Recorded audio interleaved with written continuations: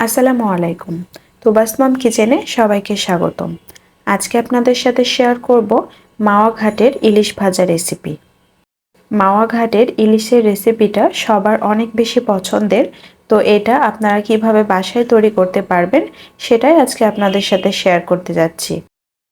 আমি এখানে মাছটা কেটে ধুয়ে ভালোভাবে পরিষ্কার করে নিয়েছি। এখন আমি এখানে দিয়ে দিব স্বাদমতো লবণ, আর দিব সামান্য পরিমাণে হলুদের গুঁড়া আর স্বাদমতো মরিচের গুঁড়া। এখন আমি এটাকে হাত দিয়ে খুব ভালোভাবে মাখিয়ে নেব। আপনারা ঝালটা যে যেমন পছন্দ করেন মরিচের গুঁড়াটা কম বেশি করে নেবেন।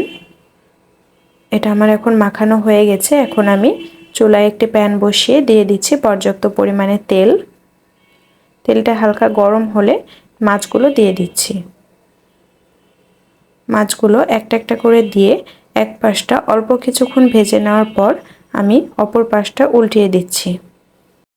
আমরা সাধারণত মাছ যেভাবে ফ্রাই করে থাকি এই মাছগুলো সেভাবে ফ্রাই করে নিতে হবে, এখানে আলাদা কোনো কিছু করা লাগবে না। আমি মাছগুলো উল্টিয়ে দিয়েছি। এখন এই পাশটাও খুব ভালোভাবে ফ্রাই করে নিয়েছি। এখন দেখুন মাছগুলো অলমোস্ট ফ্রাই হয়ে এসেছে। মাছগুলো আরও কিছুক্ষণ ফ্রাই করে নেব। আর মাছগুলো অবশ্যই চুলার হিট মিডিয়াম রেখে একটু সময় নিয়ে ফ্রাই করতে হবে, তাহলে মাছগুলো অনেক বেশি মুচমুচে হবে। মাছগুলো ফ্রাই করা হয়ে গেছে। এখন আমি মাছগুলো একটা একটা করে উঠিয়ে নিব। আপনারা চাইলে মাছগুলো আরও বেশি কড়া ভাজি করতে পারেন, তবে এভাবে ভাজি করে নিলে মাছটা খেতে বেশি ভালো লাগে। মাছগুলো উঠিয়ে নেওয়া হয়ে গেলে আমি সেম কড়াইয়ে তেলের মধ্যে দিয়ে দিব কয়েকটা শুকনা মরিচ। শুকনা মরিচগুলো এখন আমি ভেজে উঠিয়ে নিব। গরম ভাতের সাথে ইলিশ মাছ আর শুকনা মরিচটা খেতে কিন্তু বেশ দারুণ লাগে। শুকনা মরিচটা ভাজা হয়ে গেছে।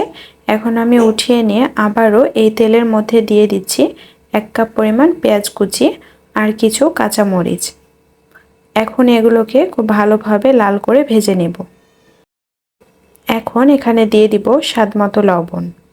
তারপরে পেঁয়াজটাকে খুব ভালোভাবে ভেজে নেব। দেখুন আমার পেঁয়াজটা মোটামুটি ভাজা হয়ে গেছে। পেঁয়াজটা অবশ্যই এভাবে একটু বেশি লাল করে ভেজে নেবেন, তাহলে পেঁয়াজটা মুচমুচে হলে এটা খেতে ভালো লাগবে।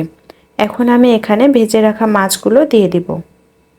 তারপরে এগুলো একসাথে অল্প কিছুক্ষণ নেড়ে নিব। এটা খুব বেশি সময় ধরে রান্নার দরকার নেই, অল্প একটু কিছুক্ষণ এটা মিশিয়ে নিয়ে এটা নামিয়ে নিব। আমার মাওয়া ঘাটের ইলিশ ভাজা রেসিপিটা ডান। এখন আমি এটা আপনাদের পরিবেশন করে দেখাচ্ছি। এই রেসিপিটা কিন্তু অনেক বেশি ইজি, আর এটা তৈরি করতে খুব অল্প সময়ের প্রয়োজন হয়, কিন্তু এটা খেতে কিন্তু বেশ দারুণ। এটা আপনারা সবাই একবার হলেও ট্রাই করবেন। আশা করছি আপনাদের কাছে ভালো লাগবে। আমি আজকের মতো এখানে শেষ করছি। আবার দেখা হবে নতুন কোনো রেসিপি নিয়ে। আল্লাহ হাফেজ।